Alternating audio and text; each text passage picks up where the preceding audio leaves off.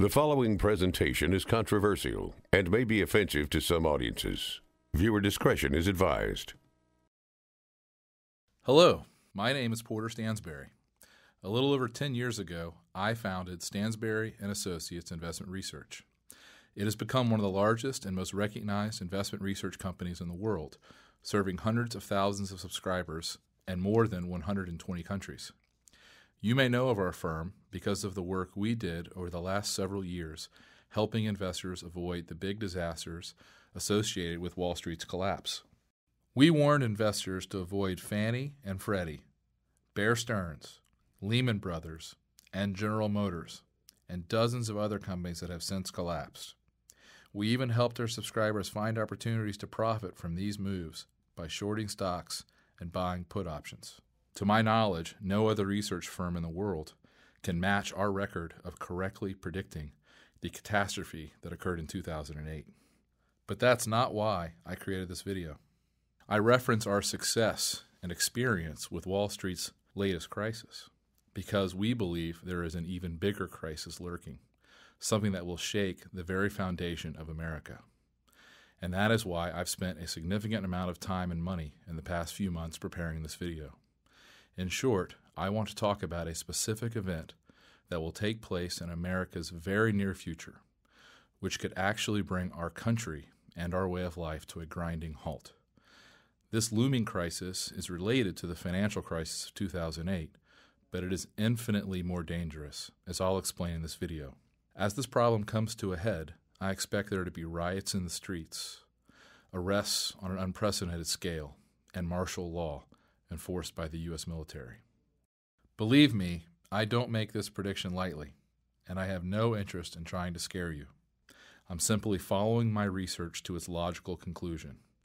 I did the same when I tracked Fannie and Freddie's accounting, the same with General Motors, with Bear Stearns and the rest.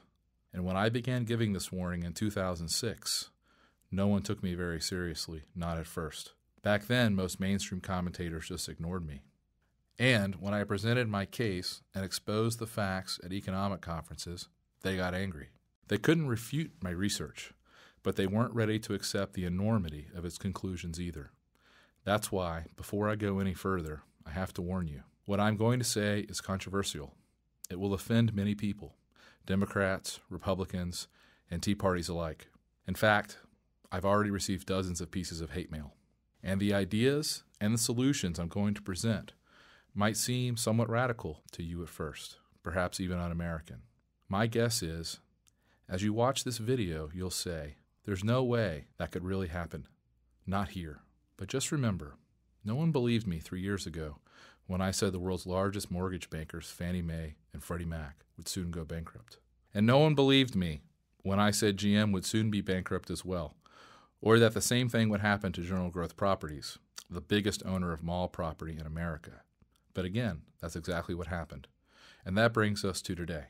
The same financial problems I've been tracking from bank to bank, from company to company, for the last 5 years have now found their way into the U.S. Treasury. I'll explain how this came to be and what it means is critically important to you and every American. The next phase in this crisis will threaten our very way of life. The savings of millions will be wiped out. This disaster will change your business and your work. It will dramatically affect your savings accounts, investments, and retirement. It will change everything about your normal way of life, where you vacation, where you send your kids or grandkids to school, how and where you shop, the way you protect your family and your home. I'll explain how I know these events are about to happen. You can decide for yourself if I'm full of hot air. As for me, I'm more certain about this looming crisis than I've been about anything else in my entire life. I know that debts don't just disappear. I know that bailouts have big consequences. And, unlike most of the pundits on TV, I know a lot about finance and accounting. Of course, the most important part of this situation is not what is happening, but rather what you can do about it. In other words, will you be prepared when the proverbial hits the fan? Don't worry, I'm not organizing a rally or demonstration, and I've turned down every request to run for political office. Instead, I want to show you exactly what strategies I'm using personally to protect and even grow my own money and how you can prepare as well. You see, I can tell you with near 100% certainty that most Americans will not know what to do when commodity prices, things like milk, bread, and gasoline, soar. They won't know what to do when banks close and their credit cards stop working, or when they're not allowed to buy gold or foreign currencies, or when food stamps fail. In short, our way of life in America is about to change, I promise you. In this video, I'll show you exactly what's happening. You can challenge every single one of my facts, and you'll find that I'm right about each allegation I make, and then you can decide for yourself. Will you act now to protect yourself and your family from the catastrophe that's brewing right now in Washington, D.C.? I hope so. That's why I made this video. I'm going to walk you through exactly what I'm doing personally and what you can do as well. I can't promise you'll emerge from this crisis completely unharmed, but I can just about guarantee you'll be a lot better off than people who don't follow these simple steps. But I'm getting ahead of myself. Let me back up and show you in the simplest terms possible what is going on, why I'm so concerned, and what I believe will happen in the next 12 months. In short, I believe that we as Americans are about to see a major, major collapse in our national monetary system and our normal way of life. Basically, for many years now, our government has been borrowing so much money, very often using short-term loans, that very soon we will no longer be able to afford even the interest on these loans. Again, I say these things as an expert in accounting and financial research. You may not think things are that bad in the U.S. economy, but consider this simple fact from the National Inflation Association. Even if all U.S. citizens were taxed at 100% of their income, it would still not be enough to balance the federal budget. We'd still have to borrow money just to maintain the status quo. That's absolutely incredible, isn't it? Yet I've never seen this fact reported anywhere else. Normally, I study these kinds of numbers when I'm looking at a business to invest in or to recommend to my readers. But lately, I've spent most of my time looking into our national balance sheet because as the banking system collapsed in 2008, all of the bad debts were absorbed by the world's governments. For example, when Fannie Mae and Freddie Mac collapsed in the summer of 2008, the U.S. government responded by simply guaranteeing all of their outstanding debt. Since then, these companies have recorded hundreds of billions of losses, all of which were passed along to the government. Yes, you can still get mortgages today, and yes, Freddie and Fannie are still in business. But the costs associated with these programs are piling up at the U.S. Treasury, and they are enormously expensive. These losses and trillions in other private obligations are now the responsibility of the U.S. government. The problem is, even before this crisis, our government was deeply in debt. With each additional commitment, we sink further and further into debt, closing in upon the moment that we can simply no longer afford even the interest payments on our obligations. According to even my most conservative calculations, using numbers provided by the Congressional Budget Office, a debt default by the U.S. government would be inevitable were it not for one simple anomaly, the one thing that has saved the United States so far. I'm talking about our country's unique ability to simply print more money. You see, the U.S. government has one very important weapon to use in this crisis. The U.S. is the only debtor in the world who can legally print U.S. dollars. And the U.S. dollar is known as the world's reserve currency. The dollar forms the basis of the world's financial system. It is what banks around the world hold in reserve against their loans. That's a secret that most politicians don't understand. As things stand now, the U.S. government can't go broke in any ordinary sense of the word because it can simply print dollars to pay for its bad debts. That's what it's been doing since March of 2009. That might sound pretty good at first. Since we can always just print more money, what's there to worry about? Well, let me show you. You see, as things stand today, America is the only country in the world that doesn't have to pay for its imports in a foreign currency. Let's say you're a German and you want to buy oil from Saudi Arabia. You can't just pay for your oil in German marks or the new euro currency. because oil is priced in U.S. dollars. So you have to buy dollars first, then you buy your oil. And that means the value of the German currency is of great importance to the German government. To maintain the value of its currency, Germans must produce at least as much as they consume from around the world. Otherwise, the value of its currency will begin to fall, causing prices to rise and its standard of living to decline. But in America, we can consume as much as we want without worrying about acquiring the money to pay for it, because our dollars are accepted everywhere around the world. In short, for decades now, we haven't had to produce anything or export anything to get all the dollars we needed to buy all the oil and other goods our country required. All we had to do was borrow the money. And boy, did we. Take a look at this chart. Even as late as the 1970s, America was the world's largest creditor. But by the mid-1980s, we'd become a debtor to the world. And since the late 1990s, we've been the world's largest debtor. Today, our government owes more money to more people than anyone else in the world. And that was before the financial crisis. In short, with all of these bad debts piling up, we've had to begin repaying our debts by printing trillions of new dollars. The impact of this is only just now beginning to be felt. Once our creditors figure out what's happening, they're going to be very angry. I believe they will either completely stop accepting dollars in repayment or greatly discount the value of these new dollars. I'm sure you think that sounds crazy, but as I'll show you, it's already happening. And that will make our consumption-led way of life impossible to afford. Just think about the price of oil. Access to cheap oil has been America's #1 gift of owning the world's reserve currency. This has made gas cheaper in the U.S. than almost anywhere else in the developed world.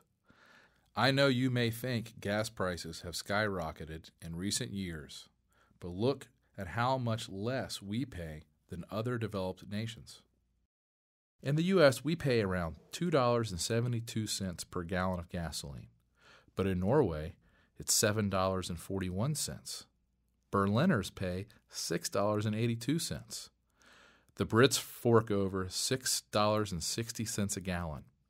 It's $6.40 in Rome, $6.04 in Paris. Tokyo, gas costs $5.40 a gallon, and our neighbors to the north are paying $3.81 in Toronto. If oil is no longer priced in dollars, the price of oil for Americans will skyrocket immediately. It will change our lives overnight. Airline travel will get much more expensive. The cost to ship goods by truck to grocery stores around the country will get much more expensive. Farming itself will get a lot more costly. So will commuting to work, taking a taxi. Just about everything we do will suddenly get much more expensive. And remember, in order for prices to start skyrocketing, all that has to happen is that other countries start preferring payments in something besides U.S. dollars. The U.S. dollar has been the world's reserve currency for decades now, so most Americans don't have a clue about what the repercussions are of losing this status. You might think this could never happen, but it happens all the time when countries get too far in debt, or when they consume too much or produce too little. In fact, the same thing happened to Great Britain in the 1970s. Most people don't know this, but British sterling was the reserve currency for most of the world for nearly 200 years, for most of the 18th and 19th centuries. It continued to play this role until after World War II, when America was forced to prop up Britain's economy with foreign aid. Remember the famous Marshall Plan, when we gave billions to help European countries rebuild? Unfortunately, though, Britain pursued a socialist national agenda. The government took over all of the major industries. Like Barack Obama, Britain's leaders wanted to, quote, spread the wealth around. Pretty soon, the country was flat broke. The final straw for Britain came in 1967, when things got so bad the Labour Party, which is the socialists, decided to devalue the British currency by 14% overnight. They believed this would make it easier for people to afford their debts. In reality, all it did was make anyone holding British sterling 14% poorer overnight. It made everything in Britain much, much more expensive in the coming years. For the country as a whole, it ushered in one of the worst decades in modern British history. Most Americans don't know anything about Britain's winter of discontent in the late 1970s when the government put a freeze on wages. There were continuous strikes in nearly every sector: grave diggers, trash collectors, even hospital workers. Things got so bad at one point that many hospitals were reduced to accepting emergency patients only. In 1975, inflation in Britain skyrocketed to 26.9% in a single year. The government also imposed what was known as the 3-day week in 1974.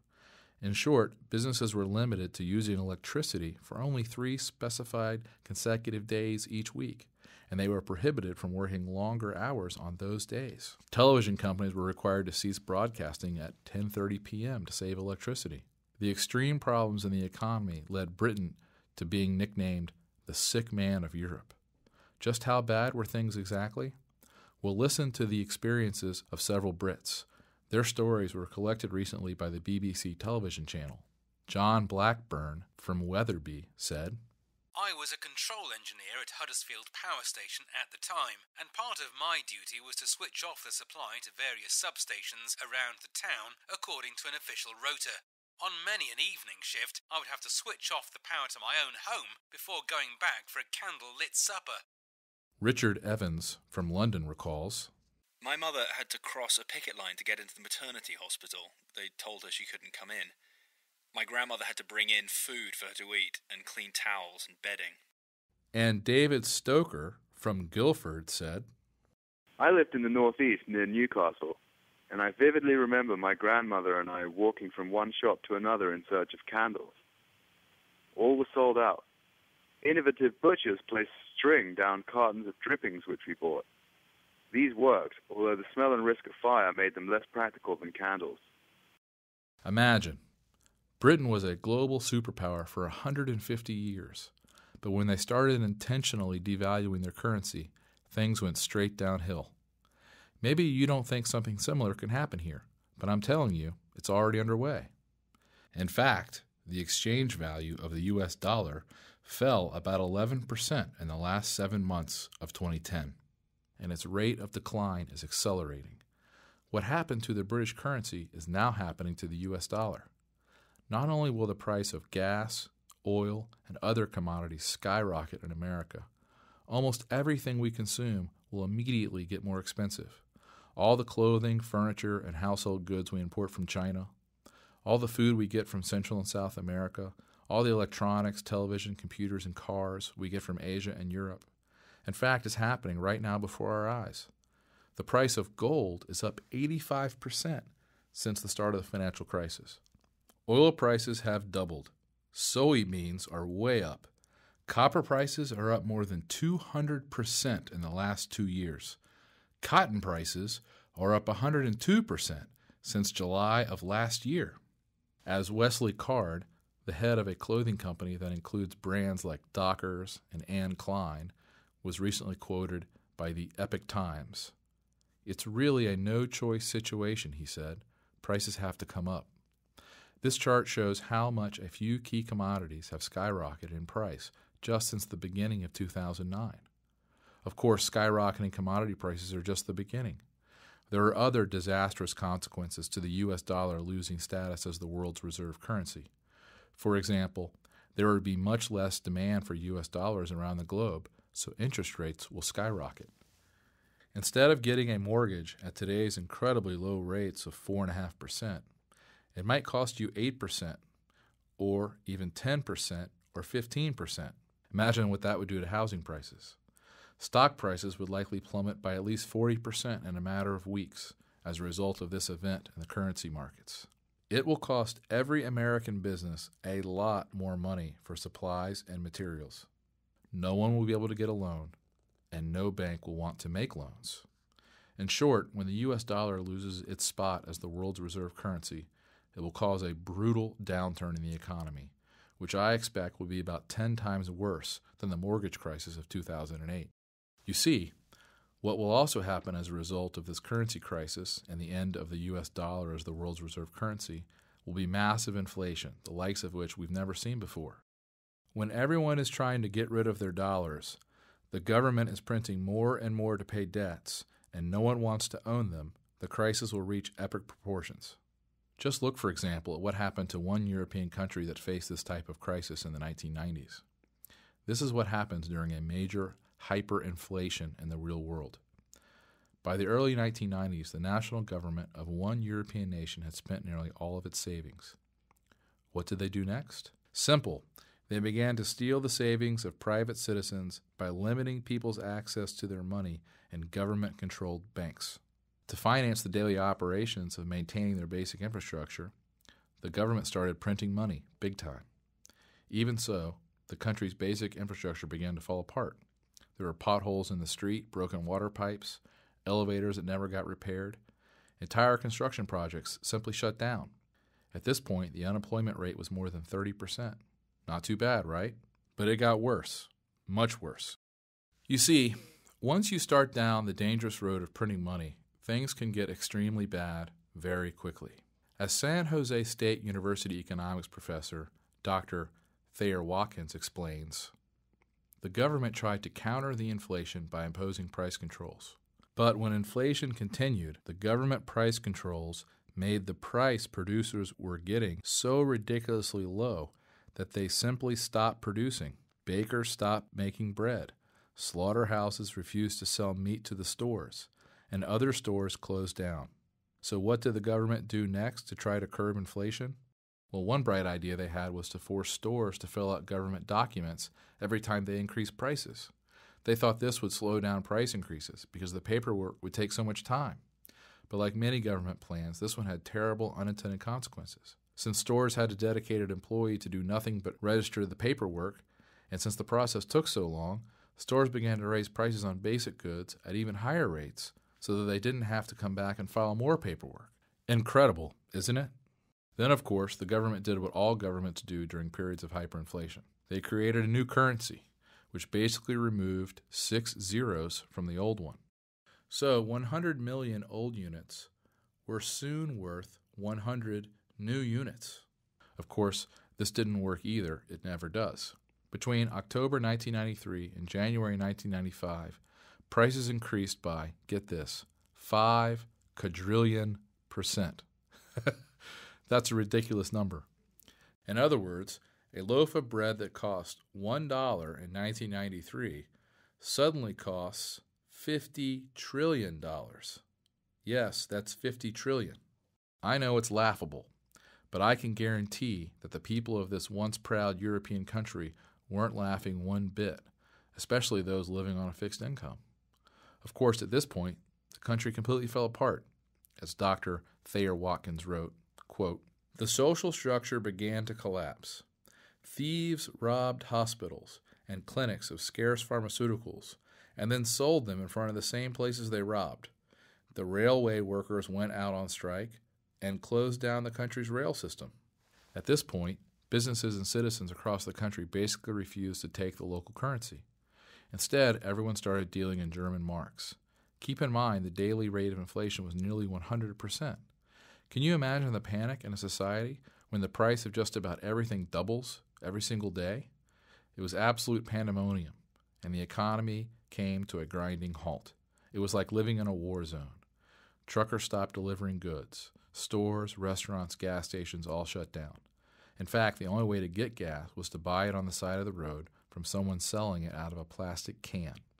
Steve Hanke, an economics professor at Johns Hopkins, wrote, "People couldn't afford to buy food in the free market. They kept from starving by either waiting in long lines at state stores for irregularly supplied rations of low-quality staples or by relying on relatives who lived in the countryside. For long periods, all of the gas stations were closed, with the exception of one station that catered to foreigners and embassy personnel. People also spent an inordinate amount of time at the foreign exchange black markets, where they traded huge piles of near-worthless money for a single German mark or U.S. dollar note. The number of operating buses dropped by 60%, and buses were so crowded that drivers couldn't even collect fares. Government-ordered blackouts left people without heat and electricity for long periods of time. In another ridiculous government move, they actually made it illegal not to accept a personal check. Imagine you could write a check, and in the several days that it typically takes for a check to clear, inflation would wipe out almost all of the cost of covering your check. Of course, as is typical, the government took none of the blame. As Dr. Thayer Watkins reported, the government's official position was that the hyperinflation occurred because of the unjustly implemented sanctions against the people and state. Again, I know what you're thinking. Just because it happened in Europe doesn't mean it can happen here. Well, guess what? The same thing that happened in this European country, Yugoslavia, also just happened in Iceland and Greece, but on a less dramatic scale. Of course, the only reason the situations in Greece and Iceland weren't worse is because of giant foreign bailouts. That's right. There's more debt to solve the problem of already existing insurmountable debts. It's all coming to a head soon, much sooner than people think. Remember, too, that in roughly the past 100 years, this type of debt crisis has reared its ugly head in Germany, Russia, Austria, Poland, Argentina, Brazil, Chile, the Ukraine, Japan, and China. I believe it will soon happen right here in the United States. Don't believe me? Well, the truth is that it's already happening at the local and state levels. Take a look. According to the Center on Budget and Policy Priorities, a Washington, D.C. based think tank, at least 46 states face huge budget shortfalls for 2011. The center reports that the total state budget shortfall could reach $160 billion in 2011. And although many states got federal help over the past year, that aid is now gone. The CBS News program 60 Minutes ran a story on this crisis in recent weeks and reported that, quote, there is a financial crisis looming involving state and local governments. The states have collectively spent nearly $500 billion more than they collected in taxes. There is also a $1 trillion hole in their public pension funds. So, what are these desperate governments trying to do? You won't believe their proposals. The state of Arizona, for example, announced earlier this year that it is selling $735 million worth of government-owned buildings, but will still occupy them by paying a 20-year lease. The government is selling the legislative buildings, the House, the Senate, the state Capitol Executive Tower, the state fairgrounds, even prisons. In California, the state has taken the radical step of opening its prison doors and releasing thousands of inmates. About 11% of the state budget goes to the penal system. That's more than they spend on higher education. So California is slashing the number of inmates by 6,500 people next year. In other words, they're cutting loose about 4% of the prison population. Incredibly, other states, including New York, may do the same thing. In Georgia, the government is proposing taking out dead peasant policies on state employees.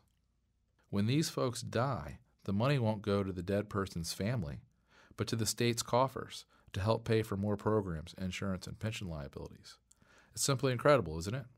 State and municipal governments are so broke and so desperate that they are taking unprecedented steps to at least temporarily avoid bankruptcy. Nearly every state in the union is talking about legalizing some form of gambling to boost tax revenue. California still wants to legalize marijuana, even though it was defeated in the recent election. Of course, none of these ridiculous steps will work in the long run. And the truly amazing thing is that the U.S. federal government is in even worse shape than the local governments. The only reason we haven't seen the full brunt of this crisis yet on the federal level is because we've just continued to pile on more and more debt. The states can't print money, but the federal government can, at least for now. And for the moment, this is all that is preventing a currency collapse of unprecedented proportions. This is the important point. What most people don't realize is that the U.S. government can only continue printing dollars as long as the U.S. dollar remains the world's reserve currency. In other words, this is all going to fall apart much sooner than people think. In fact, it's already happening. The first steps are already well underway. It's happening right now before our very eyes. I can't stress this enough. You need to act now in order to protect your assets and grow your savings in the next few years. In the next few minutes, I'm going to show you exactly how I'm protecting my own money and what I recommend doing with yours. But first, let me show you exactly what's going on right now. Like I said, most Americans don't believe the U.S. dollar could ever lose its spot as the world's reserve currency. But I'm here to tell you, this process is already well underway. For example, although it went almost completely unreported in the U.S. press, last fall, a group of the world's most powerful countries, including China, Japan, Russia, and France, got together for a secret meeting without the United States being present or even knowing about the meeting. Veteran Middle East reporter Robert Fisk reported on this event in Britain's independent newspaper. In the most profound financial change in recent Middle East history, Gulf Arabs are planning, along with China, Russia, Japan, and France, to end dollar dealings for oil, moving instead to a basket of currencies, including the Japanese yen, Chinese yuan, the euro, gold, and a new unified currency planned for the nations in the Gulf Cooperation Council, including Saudi Arabia, Abu Dhabi, Kuwait, and Qatar. Fisk also interviewed a Chinese banker who said this: These plans will change the face of international financial transactions. America and Britain must be very worried. You will know how worried by the thunder of denials this news will generate. And sure enough, after Fisk published the details of this secret meeting, U.S. officials and central bankers from around the globe denied these plans. But as the old central banking adage goes, how do you know exactly when a currency will be devalued? The answer? Right after the head of the central bank goes on television to adamantly deny any such transaction will occur. And guess who just went public in recent weeks with a statement about how the U.S. will not devalue its currency? You guessed it, the U.S. Treasury Secretary Tim Geithner. You see, the last thing a central banker wants to do in the midst of a devaluation is to give people a warning before he can devalue. So they have to deny. After the announcement is made, it's too late for citizens and investors to get out. Like I said, what's incredible is that this story of a secret meeting among most of the major powers besides the U.S. was greatly underreported in the American press. But you know what? The way I see it, it's much more telling to look at actions rather than government press releases. For example, here is what is happening right now in the real world. When you read these facts, I think you'll agree with me that the U.S. dollar's days are numbered as far as remaining the world's reserve currency. China is getting out of the dollar. Zhuang Sui, a former vice chairman of the Standing Committee, said that China is going to stop putting so much money into U.S. dollars and will instead look to the Japanese yen and the euro.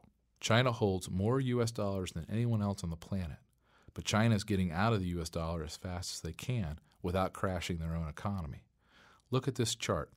It shows that China's holdings of U.S. dollars peaked in 2009, but China is unloading as many dollars as they can as quickly as possible. This is just one sign of the end of the U.S. dollar standard. There are many more, like this one. As I'm sure you are aware, for years the U.S. dollar has been accepted almost universally around the globe. Heck, many times when I've traveled, I never even bothered to convert to the local currency because I knew everyone would take my dollars. Well, that's simply not the case anymore. HSBC, one of the largest banks in Mexico, no longer allows you to deposit U.S. dollars into their banks. They've done this on the heels of money laundering allegations, but we suspect they also simply don't want to be stuck with tons of U.S. dollars as the currency continues to decline. This move would have been unimaginable 10 years ago, that a big bank in Mexico would no longer accept U.S. dollars for deposit. But today, it's the harsh reality. And Mexico is not the only place this is occurring. Reuters reports that the same thing has happened in 2008 in one of Europe's most popular tourist spots. Currency exchange outlets in Amsterdam have been reportedly turning away customers who want to exchange their U.S. dollars for euros. As one traveling American tourist, Mary Kelly from Indianapolis, Indiana, told the Reuters news agency while standing in front of the Anne Frank House. Our dollar is worth maybe zero over here. It's hard to find a place to exchange. We have to go downtown to the central station or post office. In India, the country's tourism minister said in 2008 the U.S. dollars will no longer be accepted at the country's heritage tourist sites like the Taj Mahal. And the U.S. dollar is no longer good anywhere in Cuba. The New York Times reports that now many shops in China no longer accept dollar-based credit cards issued by foreign banks, and foreigners cannot convert American dollars into renminbi beyond a given quota. Iran, of course, has already moved all of its reserves out of U.S. dollars, and Kuwait depegged its currency from the dollar a few years ago. Bloomberg News recently reported that China and Russia plan to start trading in each other's currencies to diminish the dollar's role in global trade.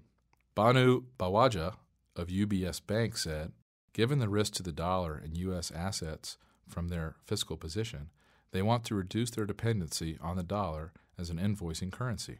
It's even happening here in the USA. Most Americans don't know that some states in the Midwest are already using alternative currencies.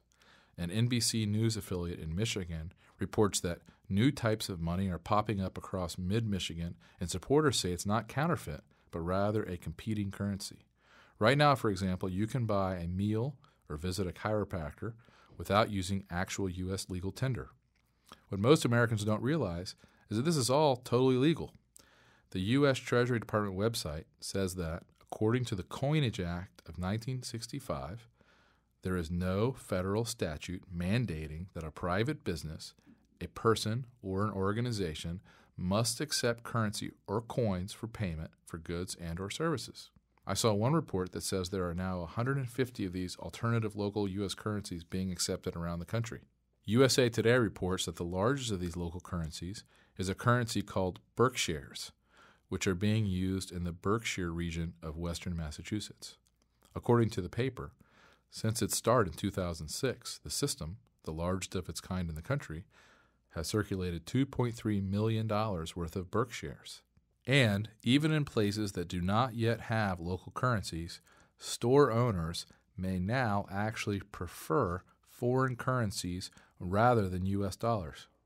In Washington, D.C., just 25 miles from my office, some stores have begun accepting euros.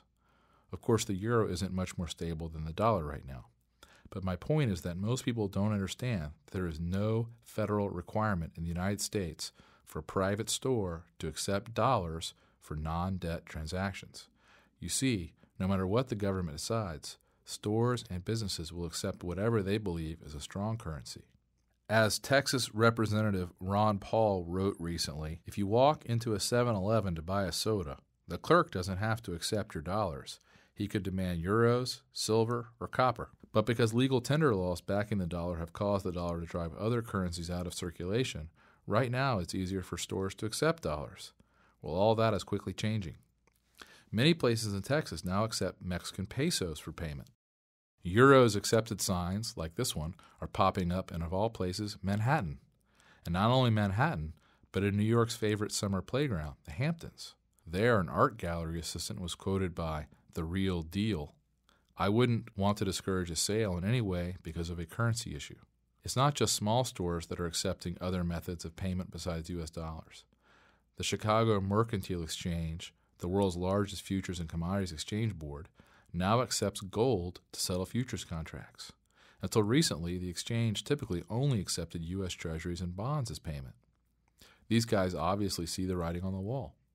This would have been unthinkable 10 years ago, but today it's a reality, and this trend is going to keep moving incredibly fast. That's why the smartest investors are taking action. Bill Gross, who probably knows as much about currencies and debt as anyone in the world, runs the world's biggest bond fund. He was quoted by Bloomberg. "We've told all of our clients that if you only had one idea, one investment, it would be to buy an investment in a non-dollar currency.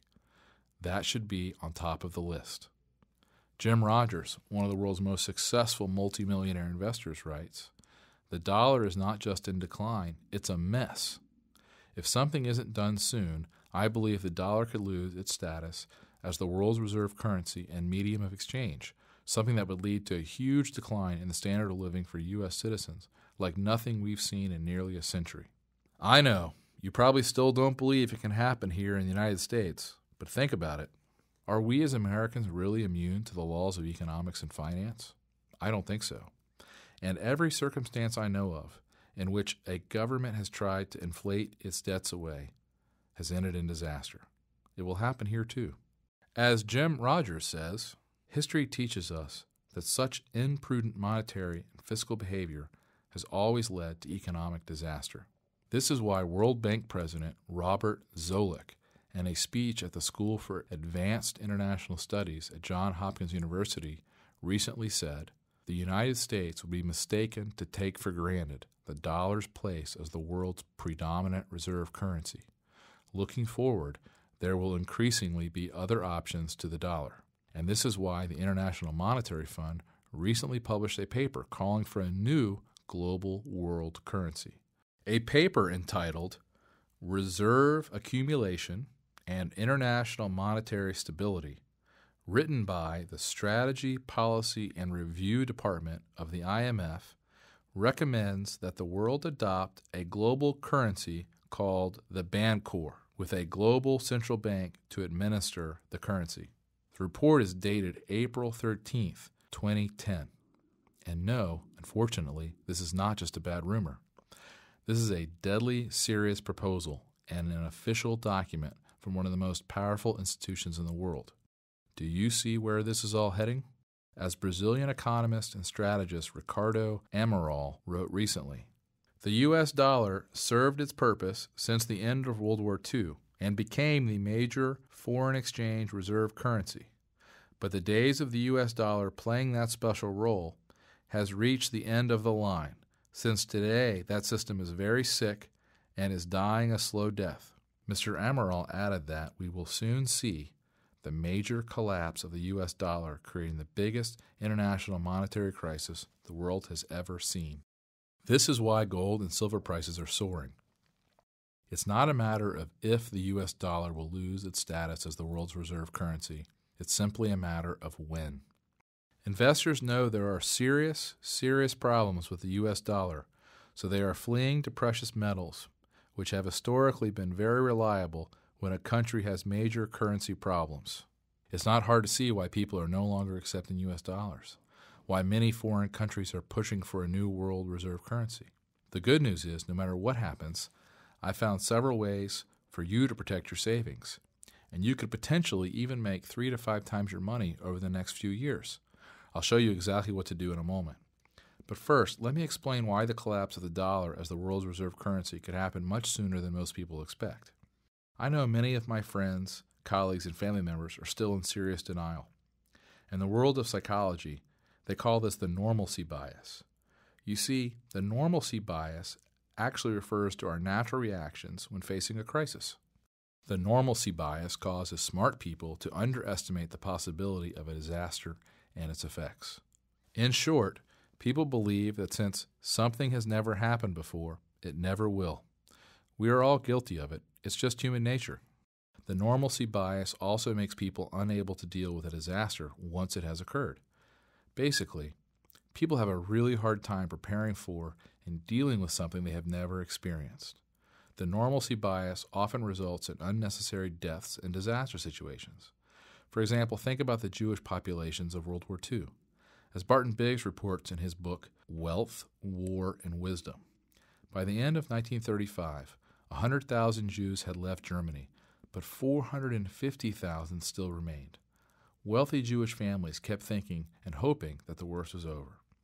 Many of the German Jews, brilliant, cultured, and cosmopolitan as they were too complacent.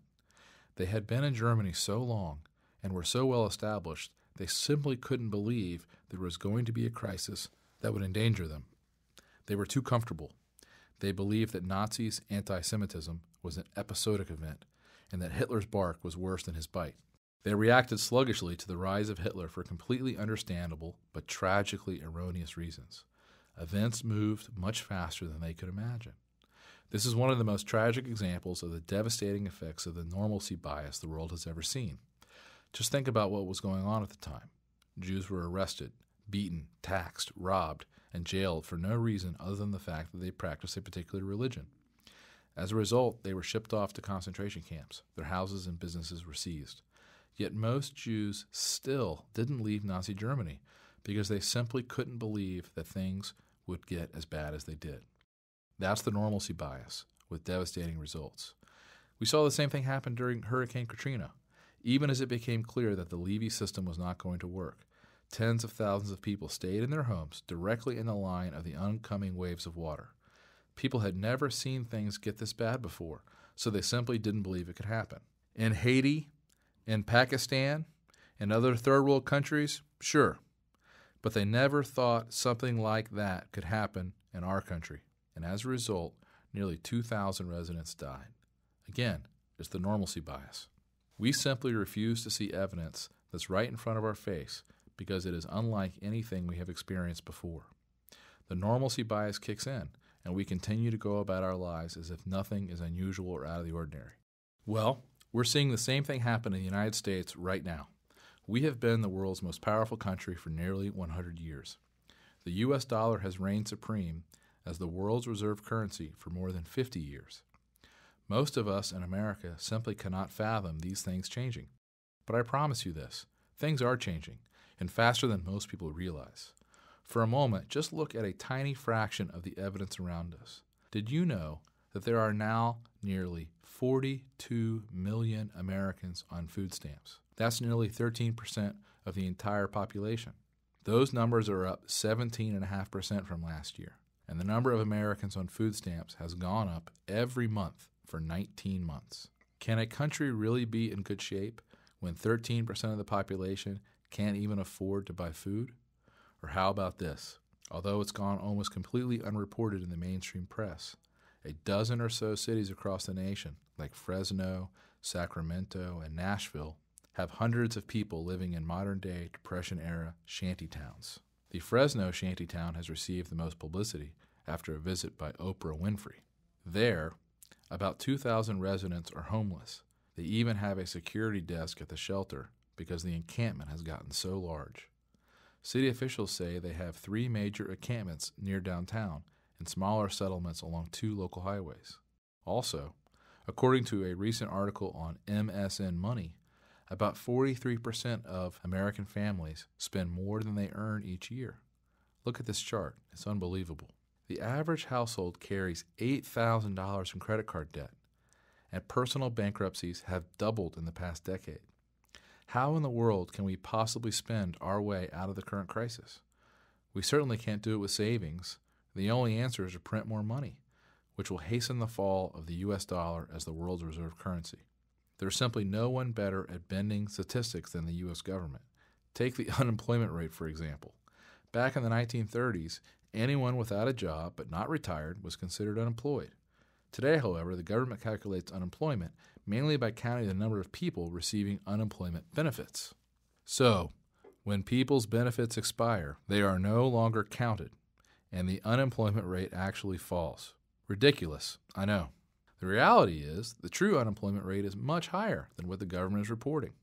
If you don't believe me, look at 2 recent job postings I read about last week. In Long Island City, an estimated 2,000 people waited in line at the local employment office, some for as long as 4 days, to apply for 100 elevator mechanic apprenticeship positions. And in Massillon, Ohio, 700 people recently applied for a single janitorial job, paying $16 an hour plus benefits. The point is, our country is not growing jobs because the government makes it harder and harder for businesses. With current regulations in place, our country will never experience the type of growth necessary to dig our government out of the hole they've put themselves in. I'm sure you think I'm exaggerating, but just look at what the CEO of one of America's most important companies said a few weeks ago. Intel CEO Paul Otellini said in a recent speech, "I can tell you definitively it costs $1 billion more per factory for me to build, equip, and operate a semiconductor manufacturing facility in the United States." He said that 90% of the additional costs are not from higher labor rates, but from higher taxes and regulatory charges, which other nations simply don't impose. Cypress Semiconductor CEO T.J. Rogers agreed that the problem is not higher U.S. wages, but anti-business laws. He was quoted in an interview with CNET News The killer factor in California for a manufacturer to create, say, 1,000 blue-collar jobs is a hostile government that doesn't want you there and demonstrates it in thousands of ways. Few Americans today realize that we have the second highest corporate tax rate in the world. And since Japan's new prime minister announced that he plans to reduce the country's corporate tax rate by 15%, the U.S. will soon have the highest corporate tax rate in the world. Why would anyone want to start a business here when they can do it for less money and keep more of the money they make by locating elsewhere? It's just another good reason to avoid the U.S. dollar. So is this. Did you know in 1979 there were 61 American companies that earned a top-level AAA credit rating from Moody's? Today there are only 4. Automatic Data Processing, Exxon, Johnson & Johnson, and Microsoft. Does this sound like an economic recovery to you when only 4 companies in the entire country are stable enough to earn a AAA credit rating? It certainly doesn't to me, but it's nothing compared to what's going on in the housing sector. You want to know how crazy things are in the U.S. right now? Consider the bizarre state of the Las Vegas housing market, where the New York Times reports that building is booming again in a city where nearly 10,000 new houses are empty, thousands are in foreclosure, thousands of regular people have simply stopped paying their mortgages, and average prices are down more than 60% since 2006. What could possibly be driving this building mania? Well, it turns out that buyers don't want homes that were built during the boom because they sit in neighborhoods that look like ghost towns and because many of these never-occupied houses are filled with cockroaches and other critters. So local builders are doing the worst possible thing they could be doing in Las Vegas right now. They're building more homes. Similar scenarios are taking shape in Phoenix and other U.S. cities. Of course, this might look good for economic numbers, but all it does is make the situation much, much worse in the long run. Want to see another crazy trick some businesses are using to artificially boost their earnings? This is just incredible to me. If you've been reading my work at all over the past few years, you know that I am extremely bearish on the for-profit education sector, such as the University of Phoenix. What could possibly be wrong with institutions that offer inexpensive education to tens of thousands of students across the country? Well, to me, it's just another symptom of how distorted and crazy our economy and our country have become. Here's what I mean. One of the crazy practices some institutions employ is to actually seek the enrollment of homeless people into their programs. You probably think I'm making this up, but Businessweek recently ran a report on this practice. Why would they do this? Well, because these folks qualify for federal grants and loans that are used to pay college tuition fees. According to the reports I read, the University of Phoenix, for instance, relies on federal funds for more than 85% of its revenues. At another for-profit school, Drake College of Business, almost 5% of the student body at its Newark, New Jersey campus is homeless, Businessweek reported. Of course, the majority of these students will never be able to repay their loans, but the colleges don't care. That's the government's problem, not theirs. Once again, it's the taxpayers like you and me who will be left holding the bag. And here's another good reason why investors are afraid of holding dollars right now. One of the most worrisome problems in the stock market is that we're basically repeating the exact same situation that occurred from 1937 to 1942. Most Americans think we've had this amazing stock market recovery since the financial crisis of 2008. And we have, to a certain extent. But we are not out of the woods. In fact, during America's last real economic collapse in the 1930s and 40s, we saw a similar drop and recovery before the markets crashed all over again. The situation is eerily similar. Look at this chart. It's one of the scariest I've seen in a long time. It shows an overlay of what happened to the stock market in 1937 compared to 2008. In both situations, we saw big crashes of about the exact same magnitude, and then a big recovery, again, of about the same size. But what will happen next? Well, if history is any guide, we could well have another big leg down in the stock market. That's exactly what happened 70 years ago. And with all the problems left unresolved in our economy today, it could certainly happen again, especially if the U.S. dollar loses its reserve status. As the Wall Street Journal reported, over the last year, the stock market has followed a path eerily similar to 1937. First, a strong, rapid run to a recovery high, Same pace, same magnitude. Then a correction, again the same. Will we continue on the path that led to the correction of 37 into a collapse in 38? The point is, the cards are seriously stacked against us. This looming currency crisis is inevitable. Almost every state in the country is on the verge of bankruptcy. We have borrowed an impossible amount of money, which we will never be able to pay back. Our economy is an absolute mess. Taxes are sky high already, and will certainly go much higher over the next few years. And nearly all of the world's major financial players are preparing for an alternative to the U.S. dollar as the world's reserve currency. To me, it is so obvious that we are about to experience a serious currency crisis that I can't believe people can deny this reality with a straight face. Again, if you don't believe a currency crisis is coming, just take another look at the price of gold and silver compared to the U.S. dollar over the past decade. It's obvious that smart investors want to hold gold and silver, not U.S. dollars. Anyone with any sense or basic understanding of economics can tell the U.S. dollar is doomed, and it's going to have major repercussions, which the average American has not yet even considered. So, what can you do? Well, I've done a lot of research on this, and have found that there are a surprising number of simple things you can do to not only protect what you've currently got, but also to potentially make quite a bit of money as this currency crisis unfolds. So what should you do to protect and possibly even grow your wealth in the next few years? Well, there's a series of pretty simple financial moves I believe you should begin making immediately. And here's something I want you to keep in mind. I'm really only going to talk about your finances here. As far as protecting your family, well, it depends on your circumstances. If you live in an urban area, I recommend making sure you've got somewhere you can go in case there are riots or food and water shortages. I think there's a very good chance we'll see that in the next 2 years.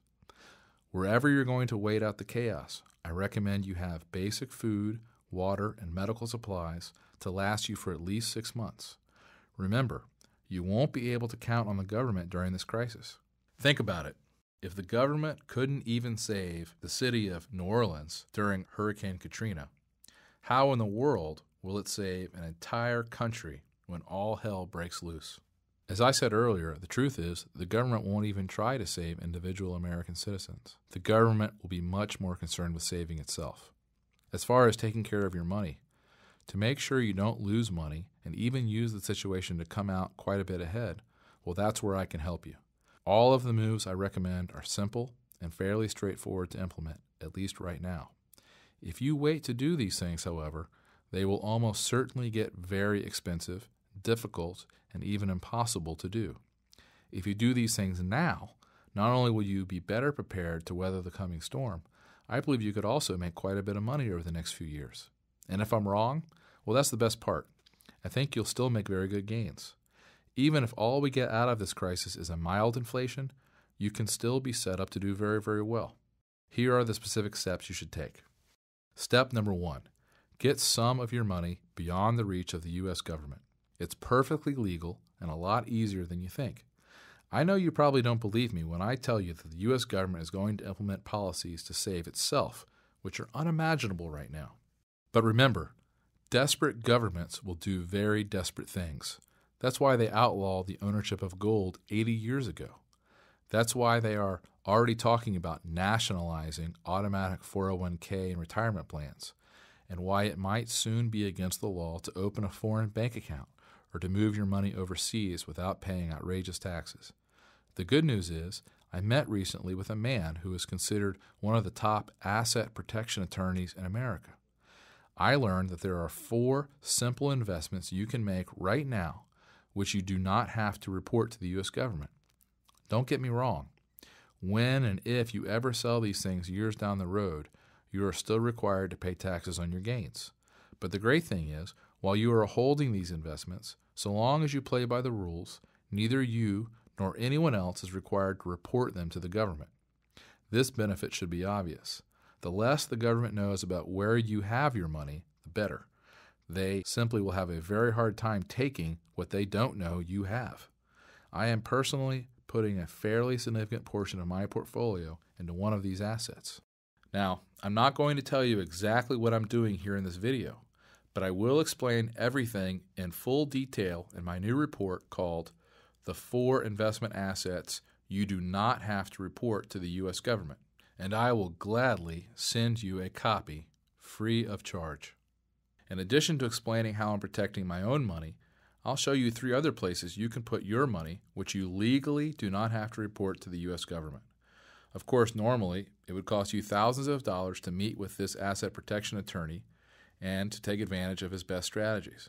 But I'll reveal everything you need to know to get started in this report.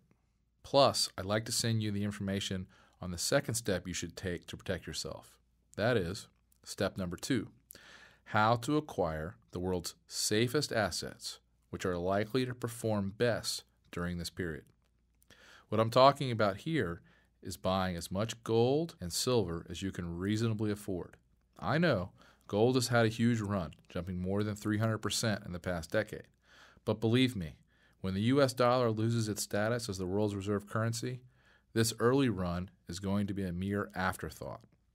I will be surprised if gold does not reach $5,000 or $6,000 an ounce in the next few years. The smartest money managers in the world, people like George Soros, David Einhorn, and John Paulson, have all recently taken huge positions in gold. And I think you are crazy not to do the same. How should you do it? There are many options, and my research firm has recently published a great book called The Gold Investor's Bible, which details in full all of the best ways to own and hold gold bullion. In this volume, we reveal dozens of secrets about the gold industry, specifically the best ways to buy, sell, and store your gold. It explains why some gold coins are better than others, how to buy gold with zero dealer markup, how to easily and safely store some of your gold overseas, very cheaply, where to hide it, and much more. Not regularly available for sale, this book is valued at $24. I'd like to give you instant access to a copy, totally free of charge. And what about silver?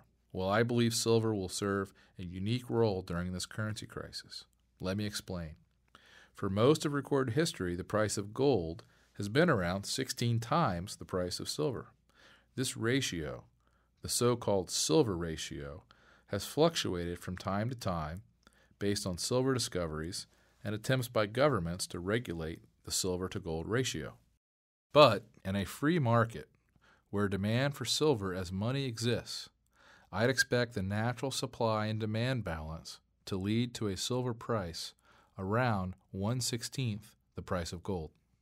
Based on the historical ratio, with the price of gold around $1,400, the price of silver should be around $87. Of course, it's not. Today, silver is trading around $27. Today, then, gold is selling for more than 50 times the price of silver. What explains the difference between hundreds of years of history and today? Why is silver still so cheap relative to gold? When silver is demonetized, as it is now, meaning it's not being used for money, but just for industrial purposes, supplies soar as people sell silver for gold and other currencies. On the other hand, during periods of monetary crisis, demand for silver as money pushes the silver ratio heavily in silver's favor. For example, the ratio returned to its historic range during World War I. It happened again in the early 1970s when Nixon abandoned the gold standard. It also happened most famously in 1979-1980, when it seemed as if America was really entering a serious money crisis. Most people don't know this, but silver is actually the best performing asset of this century, not gold. As my friend Chris Weber pointed out in his November 1st newsletter, gold has risen from $256 an ounce to $1,365 an ounce since 2000. That is a rise of 433%.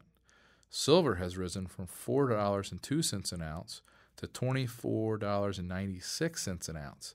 That is a rise of 521%. In short, silver is the best hedge against a money crisis. As the dollar fails, silver will once again be in demand as money. And as this demand materializes, the free market price of silver will likely return to around 1/16 the price of gold. When gold hits $2,000 an ounce, assuming the price of gold is 16 times the price of silver, silver should be worth about $125 per ounce. My multimillionaire friend and currency expert Chris Weber believes silver will likely hit $187 an ounce. If that happens, you could make gains of around 600% if you invest at today's prices.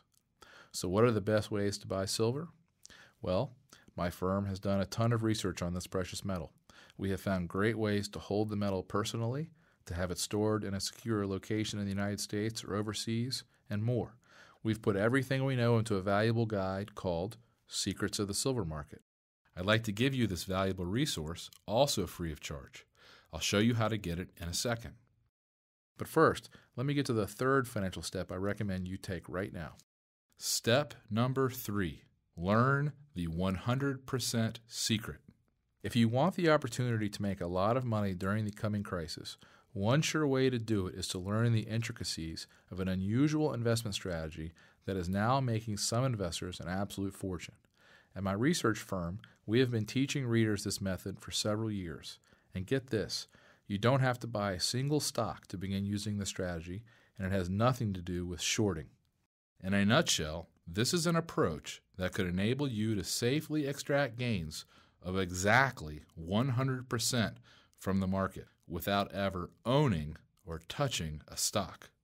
Keep in mind, this strategy can play out in 2 very different ways. Though you'll always be able to keep the initial cash you extract from the market, there is a chance you'll be required to purchase the underlying stock at a price less favorable than its current market value. So please understand, there is risk involved with this strategy, and it probably won't be right for everyone. But this is such a sound market strategy, especially in times of financial uncertainty, that once you learn how it works, you might decide to never invest the old-fashioned way again. That's why I call this the 100% secret. I've shared this secret with a small group of people over the past few years. Last March, for example, Peter Koss of Boise, Idaho, began using this strategy. He says he now makes an average of $10,000 per month, and Randy Bowman of Annapolis, Maryland, told me he's made over $87,500 with this technique. Bernard Henderson of Carmel, Indiana, now collects an average of $100 a day. Another investor, Harold Welchick of New Brunswick, New Jersey, has made over $20,000 using this technique. Tim Hewitt from Sacramento probably put it best when he wrote me and said, "This has saved my portfolio." That's why financial author Lee Lowell writes, "I've been a professional trader for 17 years, but many people have never heard of this strategy, let alone used it. This is a great way to get your hands on instant cash." Pulitzer Prize-winning author James Stewart learned this technique recently and said, "These payouts are so rich, he had to consult a colleague to make sure they were real." This seldom understood strategy is how we've helped dozens of people make incredible gains, even in a terrible stock market. And in all likelihood, when the stock market gets really bad, as I expect it soon will, this will be an incredibly lucrative and safe strategy. Everything you need to know is in my new report called The 100% Secret, the easiest way to make money in a risky stock market. I'll explain exactly how this investment strategy works, so you can decide if it's something that might be right for you. And I'll show you how you could begin to take advantage of it, starting immediately. Believe me, this is something you'll want to learn about now, because as the stock market begins to unravel, this incredible technique will likely get more and more lucrative. And that brings me to step number 4. Make sure you own the one asset that can help save you and your family no matter how bad things get. There's no telling exactly how bad things are going to get as this crisis unfolds. I firmly believe there could be riots, marches in the street, bank runs, massive arrests, and periods of uncontrollable mayhem, at least for several months as things begin to unravel. But the good news is that there is one asset you can own, now widely available in America, which should help protect you and your family from this chaos, and could also likely make you a fortune in the years to come. I'm not talking about guns or bonds or gold or other precious metals or anything like that. And of course, this has absolutely nothing to do with the stock market.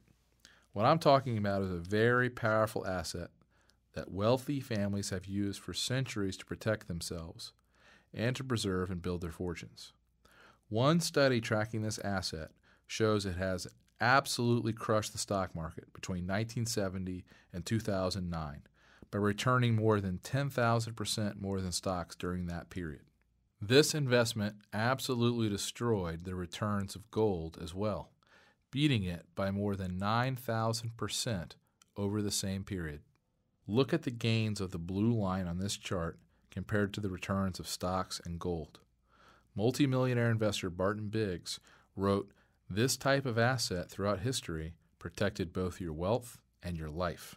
During World War II, for example, when millions of families lost their entire life savings through inflation or government seizure, this was the one asset that enabled some families to protect, preserve, and grow their money. What the average American doesn't realize is that many of the richest people in the United States have a significant ownership stake in this asset. The Walton family of Walmart fame, Bill Gates, Ted Turner, the Hilton family, Charles Schwab, Microsoft billionaire Paul Allen, the Hunt family of Texas oil fame, the Hearst family, the Ford family, and more. As I mentioned, you can easily make this investment today here in America. Probably less than 1% of the population owns it today, but it is readily available and fairly inexpensive. I've written up all the details on everything you need to know. My full report is called The World's Most Valuable Asset in a Time of Crisis. There are several ways to make this investment. I'll show you what they are. Like I said, this has nothing to do with stocks, bonds, precious metals, guns, medicine, or anything like that. Yet it could save your family, could make you very wealthy in the coming years. As my multi-millionaire friend Doug Casey says, it's the one thing you should own in the years to come. I don't want to say any more about it other than that here in this video. The truth is, the fewer people who know about this investment secret, the better. So how can you begin taking these simple steps right away? Well, my company, Stansberry & Associates Investment Research, is a financial research firm. We have a staff of about 50 people, and our main objective is to find safe and profitable investment ideas that you are not likely to hear about anywhere else. Since we started this business a decade ago, the ideas we publish have helped a lot of people make a lot of money. Harold Thiessen from Montana wrote recently to say, "My IRA has gone from a low of $315,000 to the present high of $952,000. I can only thank your Redditors for changing my life so much." Dan Coffin from San Diego also contacted us recently to say, "Since joining, my portfolio has grown by several $100,000. I look forward to a long and prosperous relationship." We even got an interesting note recently from a reader named Ulysses Reuter, who says he's been making a small killing, enough to buy this nice-sized boat and a house in Mexico. He writes, "We took delivery of her 3 weeks ago and are cruising the Bahamas. In October, we will take her through the Panama Canal over to the Pacific side, since I just bought a home in Mexico."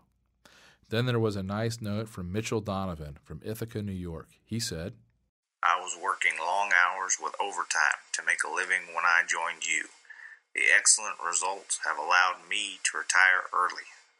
Believe me, nothing makes me feel better than receiving notes like these. But I'd have to tell you, right now, I am really worried that a lot of our subscribers and many, many hardworking Americans are going to get caught totally by surprise when this inevitable crisis hits. That's why I created this video. That's why I'd like to send you the full details on exactly how I believe this is all going to unfold, and exactly how to protect yourself and even prosper during this crisis. Remember, the government is not going to save you. You can either let things happen to you, or you can take a few simple steps and take charge of your family's fate. Please, just give the work I've done a look. I believe you will have all the information you need at your disposal. The best part is, you can take a look at my research and receive everything I've mentioned here at absolutely no risk or obligation. Simply let me know you'd like to take a trial subscription to my monthly newsletter called Stansberry's Investment Advisory, and I will immediately give you access to Research Report Number 1, the 4 investment assets you do not have to report to the U.S. government. Research Report Number 2, the Gold Investor's Bible. Research Report Number 3, Secrets of the Silver Market. Research Report Number 4, the 100% secret, the easiest way to make money in a risky stock market. Research Report Number 5, the world's most valuable asset in a time of crisis. Also, on the second Friday of each month, I'll also send you my monthly newsletter, Stansberry's Investment Advisory. I'll keep you up to date on exactly what's going on regarding this financial crisis, and I'll show you some unusual and incredible ways to make money now and as it begins to unfold. We have found some great ways to make a fortune as the government continues to try to bail out one failing industry after another. I'll also keep you up to date on the best asset protection strategies I come across and any changes to the laws or government interventions that could affect them. And every day the markets are open, I'll send you my paid subscribers only email called the Stansberry and Associates Digest. I report on all the work my firm is doing, the most interesting investment ideas, what we're researching now, and what we expect to happen in the months to come. So how much does my work cost, and how can you get started? Well, a 1-year subscription, including everything I've mentioned here, normally costs $99 per year. That's what many others have paid. But right now, you can try my research for half off the normal rate. You'll pay just $49.50 for an entire year. Why so cheap? Well, to be honest, our business really only works if our subscribers stick with us for the long term. We realize you've got to try our work first to see if it's right for you. And that's why, through this video, we're making it so cheap and essentially risk-free to try. What I mean is, you'll have the next 4 months to take a look at the research reports I've just described, plus the next 4 issues of my newsletter, and the next 4 months of my daily digest reports. If you decide for any reason my work is not right for you, just let us know, and you can receive a full refund and keep everything you've received so far. In other words, by taking me up on this offer, you are only agreeing to try my work to see if you like it. I hope you'll consider this offer seriously. I know in my heart it will be one of the best financial moves you will ever make. To get started, simply click on the link below, which will take you to a secure order form. Your order will be processed immediately, and you'll have access to all of my work in a matter of minutes.